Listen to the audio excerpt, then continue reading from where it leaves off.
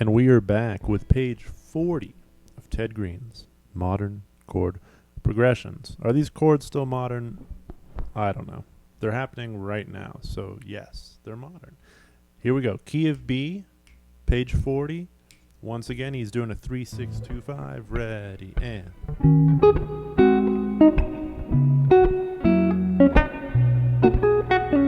One more time. We've got...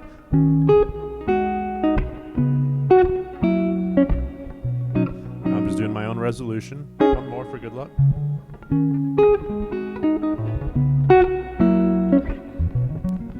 Okay, let's talk. This is cool because now Ted's given us some melody, making us get intricate with our right hand, right? We've got the minor 7 shell, 11 is the melody, this G minor 7 shape, and notice the melody's in the middle of the chord, right?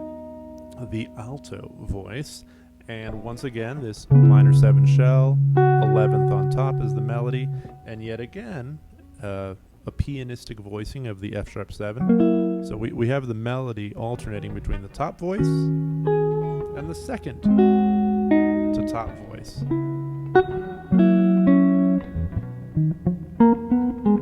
Let me try that again, see if I make it cooler.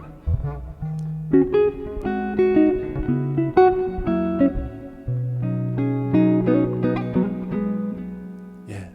And now realizing I didn't tune up. Let me tune up real quick. Alright, so my B string apparently was a hair sharp, so don't trust anything that just happened, and now trust everything. 3, 4.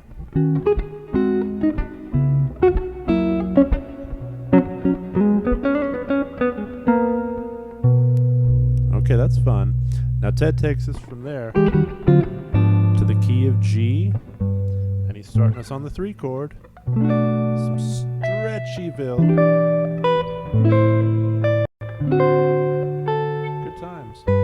Let's analyze, right? Minor 7, reaching for the 11, minor 7, down to the 5th, minor 7, reaching for the 11 again, dominant 7 chord, down to the 5th. So if you were to just play the melody by itself, you have, what do you have? You have this, you have,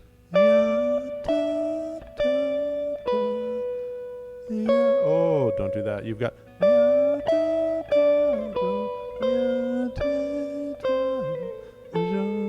and then I'll resolve like this. So let's add the chord. 3, 4.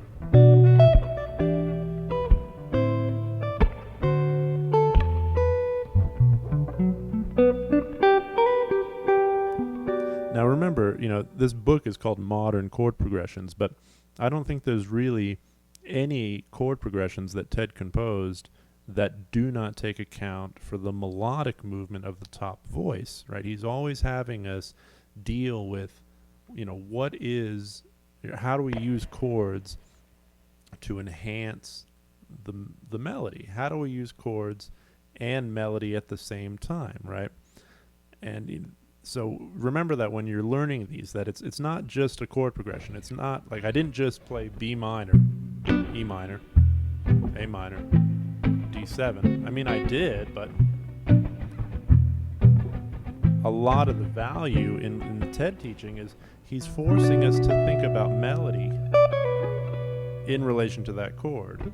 In relation to that chord. Melody in relation to that chord.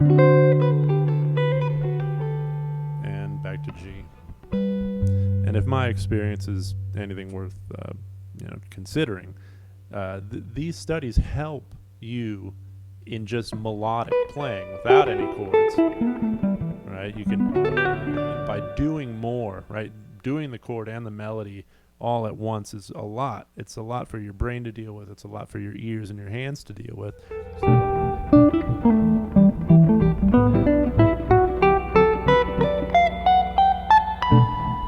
Anyway, enough of that. We're here to learn modern chord progression. So here we go.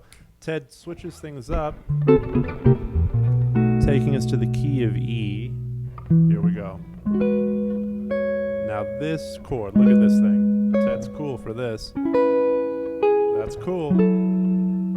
He's getting us acquainted with some pianistic voicings on this page. or at least on this row, right? And by pianistic, I mean the chord is spelled root, third, fifth, whatever the third and fifth or seventh are, right? This situation here, this C sharp minor 7, we've got root, third, fifth, minor 7, and yet again he's having us voice the chord and then the middle voice, or the alto, or the second to highest voice after the fact.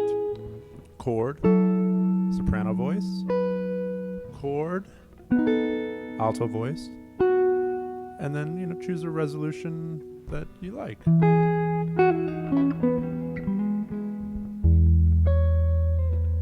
Let's put that up to speed. 2, 3, 4.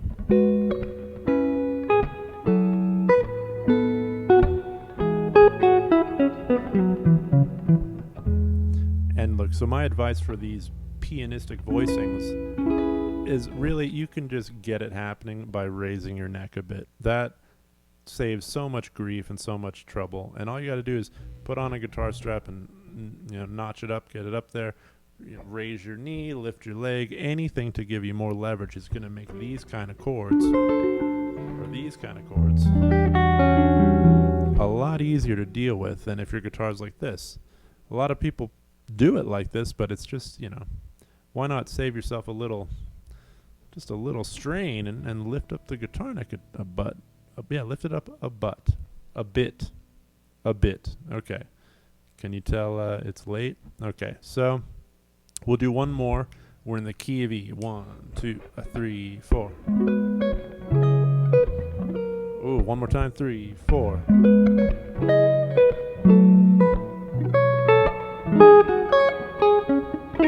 That's a fun one, right? We got 3, 6, 2, 5, 1. Yeah, I feel like Ted is trying to teach us in this set, to bring in that melody in the alto voice, which will make you get precise with your right hand. We've got top melody, alto melody, top melody, alto melody, and resolve. I missed the lowest note there, but then I found it again, so it's okay. 1, 2, 3, 4.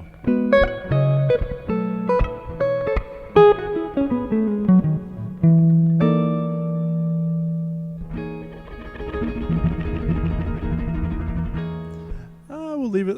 Okay, one more. We're going to do one more on this page because it looks cool and ridiculous. And in this one, Ted's having us sustain things, right? We've got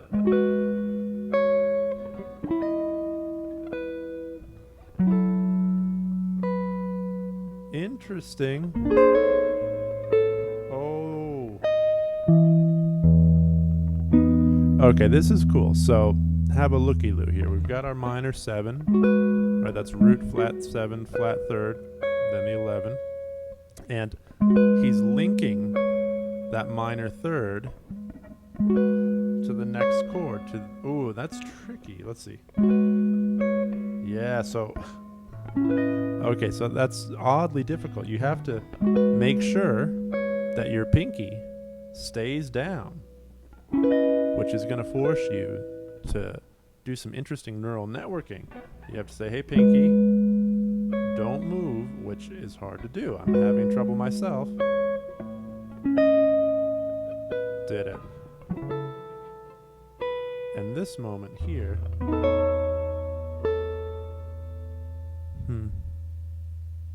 he says, or, I believe he's saying, or an octave lower if you want to reach for the, like that.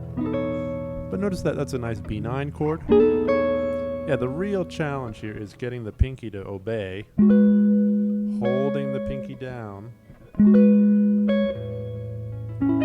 See, I'd want to practice that, really make it. Yeah, see, you want that note right there, you want that to carry over.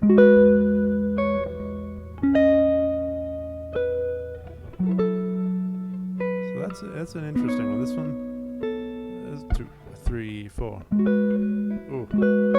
So isn't it funny? The thing is, I'm training myself. This progression is training us to not do something, to just leave the finger, leave it be where it is. Stay put. And as you can tell, I'm having a little trouble with it myself. But this is nice. If I don't do the sustain, it's easier. If I do the sustain,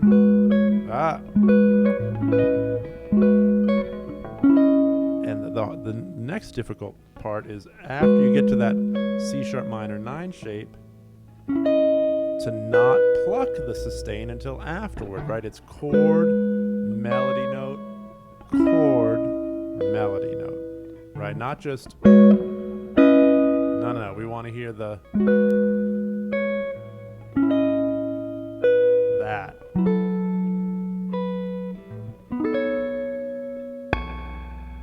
And resolve.